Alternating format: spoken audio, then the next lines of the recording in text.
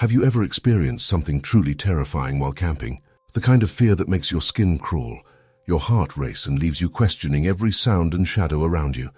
If you haven't, consider yourself lucky. But be warned, the stories you're about to hear might just make you think twice before venturing into the great outdoors again.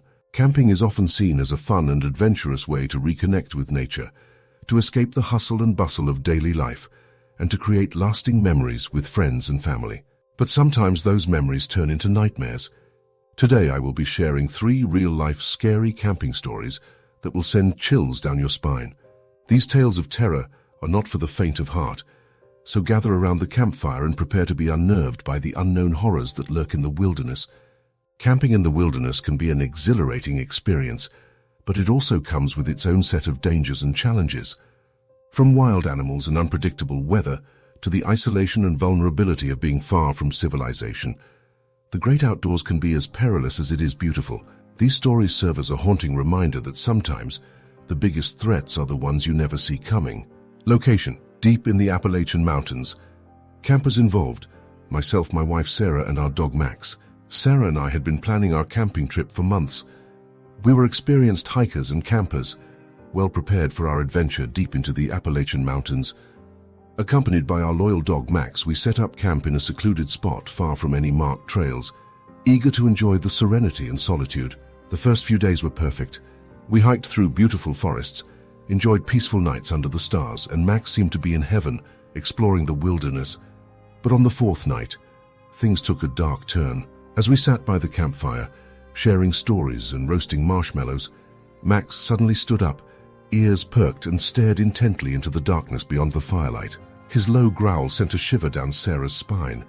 I tried to reassure her, suggesting it was probably just a deer or raccoon. But Max's growl grew more intense, and he started barking furiously. I grabbed a flashlight and shone it into the woods. The beam of light cut through the darkness, revealing nothing but trees and shadows. "See, nothing there," I said, trying to sound confident. But Max wouldn't stop barking, and soon Sarah joined in, scanning the woods with her flashlight. Then we saw it. A shadow, darker than the night itself, moving between the trees. It was tall, impossibly tall, and seemed to glide rather than walk. My heart pounded in my chest as I tried to rationalize what I was seeing. Maybe it was a trick of the light, a figment of our imaginations. But then the shadow stopped, and we saw 2 glowing eyes staring back at us. Paralyzed with fear, we watched as the shadow slowly moved closer. Max barked louder, his hackles raised, but he didn't dare move from Sarah's side. The shadow stopped just at the edge of the firelight, and for a moment everything was silent. Then, in a voice that sounded like it came from the depths of hell, it whispered, "Leave." We didn't need to be told twice. We grabbed our essentials, leashed Max, and fled into the night, not stopping until we reached our car the next morning. We never spoke of what we saw that night, but the memory of those glowing eyes haunted our dreams for years to come. Story 2: The Unseen Watcher. Location: a remote campsite in the Rocky Mountains. Campers involved: myself, my friends, Jason, Emily, and Tom. Jason, Emily, Tom, and I were an adventurous group of friends who loved exploring the great outdoors. Our latest trip took us to a remote campsite in the Rocky Mountains, a place so secluded we didn't expect to see another soul for the duration of our stay. The first day was filled with laughter and exploration as we set up our campsite and planned our hikes. As night fell, we gathered around the campfire, enjoying the warmth and each other's company. But as the fire crackled and the night grew darker, an uneasy feeling settled over us. Emily was the first to notice it, a sense that we were being watched. She brushed it off, attributing it to the isolation and the eeriness of the wilderness at night. But the feeling persisted, and soon Jason, Tom, and I felt it too. We couldn't shake the sensation that unseen eyes were following our every move. The next day, while hiking, we stumbled upon an old, dilapidated cabin. Curiosity got the better of us, and we decided to investigate. Inside, we found remnants of someone's life: old furniture, tattered clothing, and yellowed photographs. It was clear the cabin had been abandoned for years. But there was something else, too. Strange markings on the walls, almost like symbols etched deep into the wood. They gave off an unsettling vibe, and Emily urged us to leave. Reluctantly, we agreed, and we made our way back to camp. That night, the feeling of being watched intensified. Jason thought he saw shadows moving just beyond the firelight, and Tom swore he heard whispers carried on the wind. We decided to take turns keeping watch, each of us too uneasy to sleep soundly. During my watch, I heard a noise, a soft rustling in the bushes. I stood up, flashlight in hand, and cautiously approached the sound. As I parted the bushes, I found nothing but darkness. But as I turned back to the camp, I saw something that made my blood run cold. Standing at the edge of the campsite, just outside the circle of light, was a figure, tall and thin, its features obscured by the shadows. My flashlight flickered and the figure vanished. I ran back to the camp, waking the others. But when we searched the area, we found nothing. The rest of the night was filled with tension and fear. We packed up at first light and left the campsite, vowing never to return. To this day, we don't know who or what was watching us, but we all agreed. Something sinister lurked in those woods. Story 3. The Vanishing Camper. Location: a secluded lake in the Pacific Northwest. Campers involved: myself and my girlfriend Lisa. Lisa and I had been dating for a few years and loved spending our weekends camping by the lakes in the Pacific Northwest. This particular trip was supposed to be a romantic getaway, just the two of us enjoying nature and each other's company.